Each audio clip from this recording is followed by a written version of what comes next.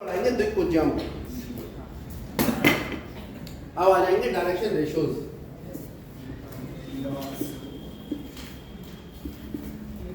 Of अल, ठीक है, इसे हम कहते हैं डी डॉट आर ऑफ अल। द्विक अनुपात, हिंदी में क्या कहेंगे इसको? रेशो का मतलब अनुपात। रेखा के द्विक अनुपात, तीन नाम है इसके। हम कौन सा प्रयोग करेंगे? कंफ्यूजन की कोई आवश्यकता नहीं, ठीक है। यदि अगर हम L ratio M ratio N निकालें, यानी जो डायरेक्शन कोसाइन है उनका अगर अनुपात निकालें, क्लियर हो रही बात? अगर डायरेक्शन कोसाइन का अनुपात निकालेंगे तो कितना आएगा? x बटे r अनुपात y बटे r अनुपात z बटे r। r से तीनों को गुणा कर दो, कितना आ गया? x अनुपात y अनुपात z। इसे 5 से गुणा कर दो, 5x अनुपात 5y अनुपात 5z। इसे 8 से गुणा कर दो, तो इसका मतलब किसी रेखा के डायरेक्शन रेशियोज परिवर्तित हो सकते हैं। अभी मैंने ये नहीं बताया डायरेक्शन रेशियो क्या होते हैं, बता देता हूँ। इसका मतलब डायरेक्शन कोसाइन तो फिक्स है, लेकिन अगर हम डायरेक्शन कोसाइन का रेशियो निकाल रहे हैं तो वो फिक्स नहीं है, वो जितने चाहे करोड़ों अरबों हो सकते हैं।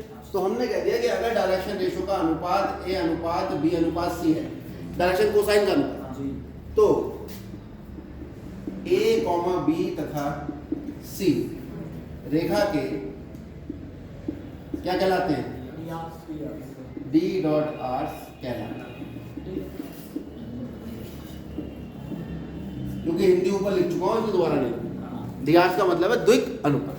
तो यदि किसी रेखा के द्विक कोसाइन L M N है, तो L M और N का जो अनुपात आएगा वो क्या कहलाएगा?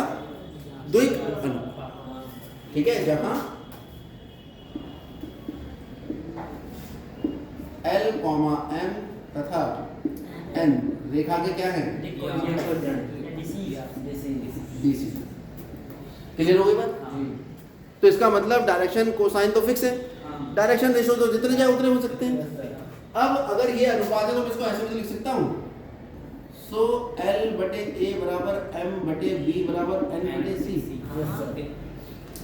अगर L अनुपात M अनुपात N बराबर A अनुपात B अनुपात C है तो उसको लिखने का एक तरीका ये नहीं है, यही तो आ रहा है, L अनुपात M अनुपात N बराबर A अनुपात B अनुपात C।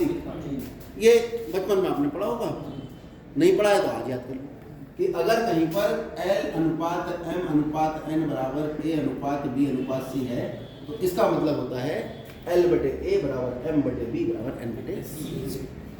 कोई दिक्कत? इसको अगर मैं मान लूं कि C कह दिया, क्या कह दिया कि इसके बराबर तो कुछ भी हो सकता है, और मैथ में यही फायदा है, किसी को भी किसी के बराबर कर दो। इसका नाम रख दो K, इसका नाम रख दो Z, इसका नाम रख दो Y। कब तक? जिधर क्लास चल रही है, क्लास के बाहर जाकर फिर बदल जाएगा, अगले दिन फिर नाम बदल देंगे, ठीक है। लेकिन जब नाम रख दिया उसी के हिसाब से काम करना। आज जो इस सवाल को हम करेंगे, मतलब कुछ इसमें प्रक्रिया कर रहे हैं, उसमें हम जो है इसको के मान के ही हम कुछ रिजल्ट निकालने की कोशिश करते हैं। चलो निकाल। तो L बटे A बराबर K, तो यहाँ से क्या पता लगा? L बराबर A। सिमिलरली M बराबर B के और N बराबर C। अब बताओ, क्योंकि L square plus M square plus N square कितना था? मान रख दो यहाँ पर A square B square K square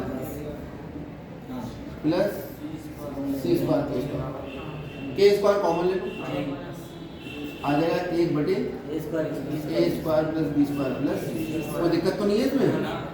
तो K बराबर कितना आ गया? प्लस माइनस 1 बटे under root A square plus B square plus C square. क्योंकि जब वर्गमूल जाएगा तो प्लस माइनस होगा, एक का वर्गमूल एक। वो कुछ चीज़ें मैंने थोड़ी टाइम बचाने के लिए कम कर।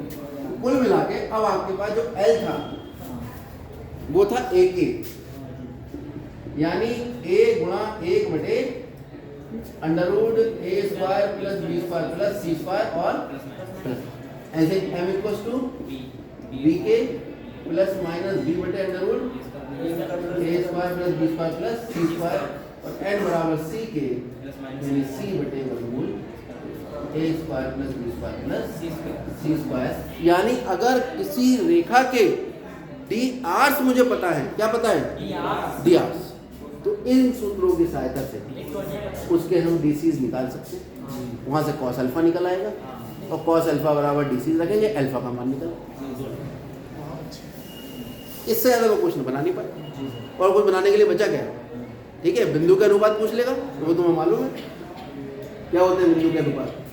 L R M R N R, रेखा की लंबाई निकालो या देगा और डीसीज निकाल लो और डीसीज को रेखा की लंबाई से गुणा कर लो।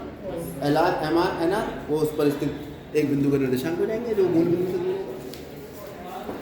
चलिए करिए इतना।